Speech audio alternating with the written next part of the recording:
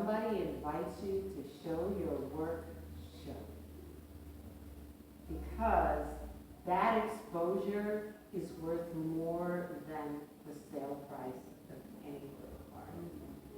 Okay. Get your stuff out there. Yeah. And she said, especially for Black artists, because it shouldn't be about the market, because the market is not treated as well.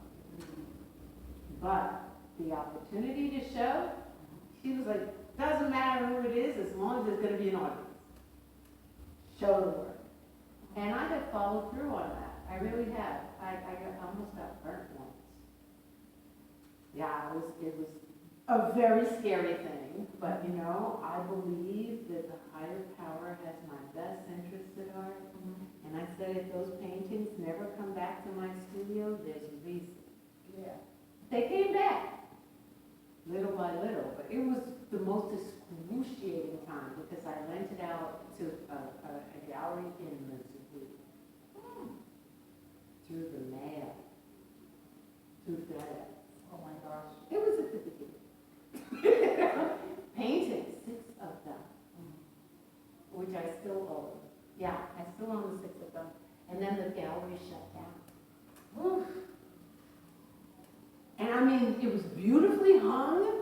There was a little bit too much light, but beautifully hung. I got exhibition, installation pictures and everything, and then they disappeared. And I was like, but the paintings, it ended up okay. They did have to shut down. They sort of ran out of money. And funny enough, though, there was an artist honoraria that was attached to it that I had not seen, and I'm like, just give me back the paintings. You can don't worry about the honoraria. Yeah. But I actually did get the honoraria too. Wow. So it sorted itself out, but I didn't sleep for weeks. Wow. I was that far from a ticket to Missouri to get my paintings somehow. But they did come back one by one into the hallway of my building with no signature required. Okay. Yeah. So yes, I still though think that Elizabeth Catholic was on the right track.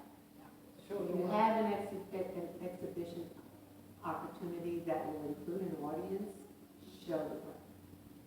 Show the, that's the beginning of your career. Show the work. Yeah. Talk a little bit about, because we were having a conversation about actually compiling your estate of work. That process, because I think a lot of artists make a lot of work, and through their entire lifetime, they don't categorize it, they don't catalog it, and their family needs to deal with all of that. Yeah. Where do you begin? How do you begin? Well, it started when I had like 3 or 4 paintings done, and I said, okay, I got a project here, you know. And it used to be just a journal entry. On this day, I finished this one.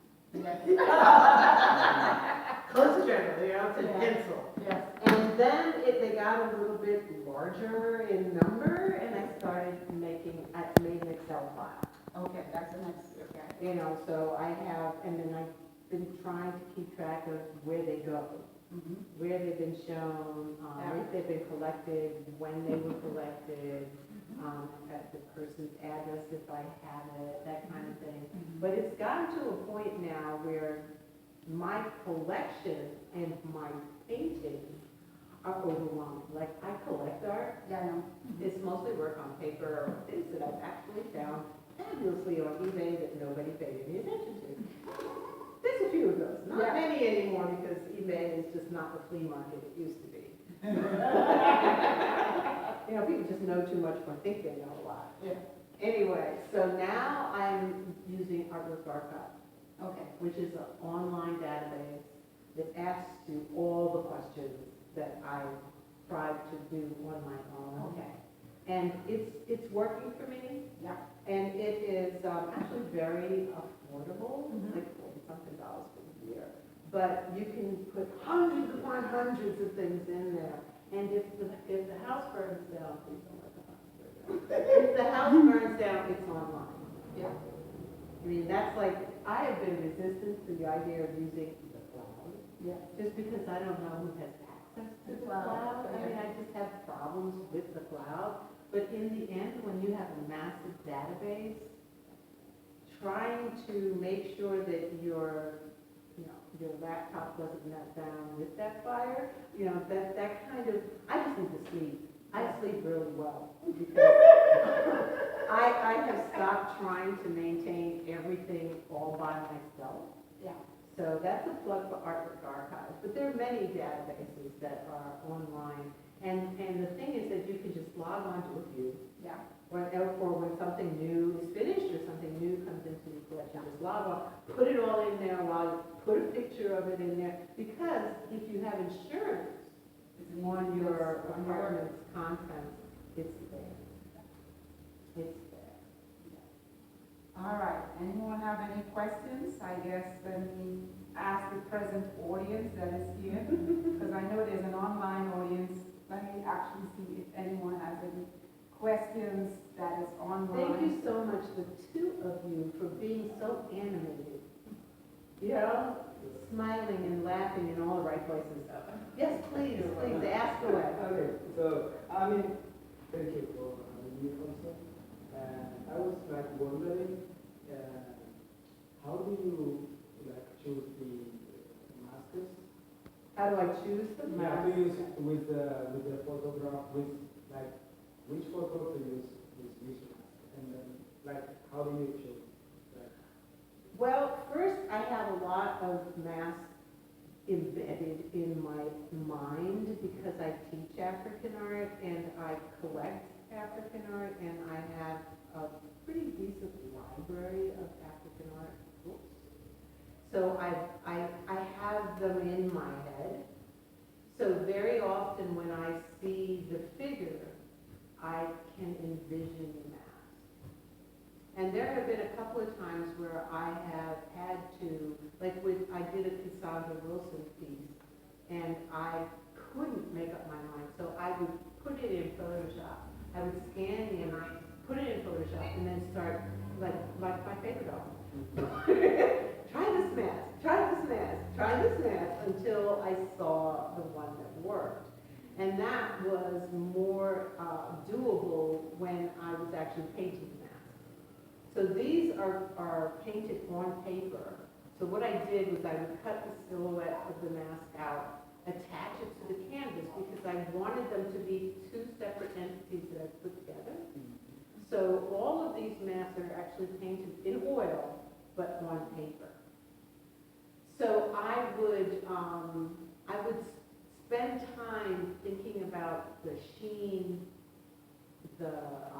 how complicated the forms are, and what kind of story they might have to tell attached to the particular singer. So this is a Janus mask that's on Whitney here, and a koi mask, and it has sort of Beauty and the Beast. I call it Beauty and the Beast. It has a very beautiful front, and then it has a kind of scary figure on the back, and it's also male and female. When I saw this mask, I was like, okay, Bobby Brown is on the back of her head right there. This is one of the reasons why I still own this painting, but of course the team is going to find the right collector for it. I think that mask is probably the reason why it hasn't sold. Because when Donna Summer died, I did Donna Summer early in the series. 2 weeks later, that painting sold. Whitney died quite a while ago. Nobody has called. It's just her life was so complicated, and there were so many variables. And now we have, the big bio film that tells us way more than we probably need to know. I'm happy with this piece, and I will keep it on my wall, that kind of thing, but I think it's the mask. So there are moments when I feel like, well, maybe I should have put a 3-year mask on her, Maybe I should have done something more delicate. But I feel that is more telling of what her life was like. Whereas Shirley Bassey, a real show person, you know, she has a mask with a lot of metal on it. You know, the mouth is open. She has a very deep voice, you know, Apex Fender, Goldfinger. And so this mask said to me, you know, it is a singing mask, it's a speaking mask. And that's how I saw her. And of course it had all that glitter as well. Whereas, you know, this one here, it was about the Raphael. Because this image of Leela James has big hair. The actual photograph has big hair. And this is the mask that was on my wall in my collection. And I was like, Leela. Right there, that's the only mask, that's the one, which means I have to get a canvas that will be able to scale to the body, which is why she ended up being this size. But, you know, it's, all of them have their own stories to tell. And all of them need attention to that choice. But the choices aren't always the same. I did Minnie Riperton, and she has a mask with blue paint on it, and her nail polish is blue. And that was the reason why I chose that mask.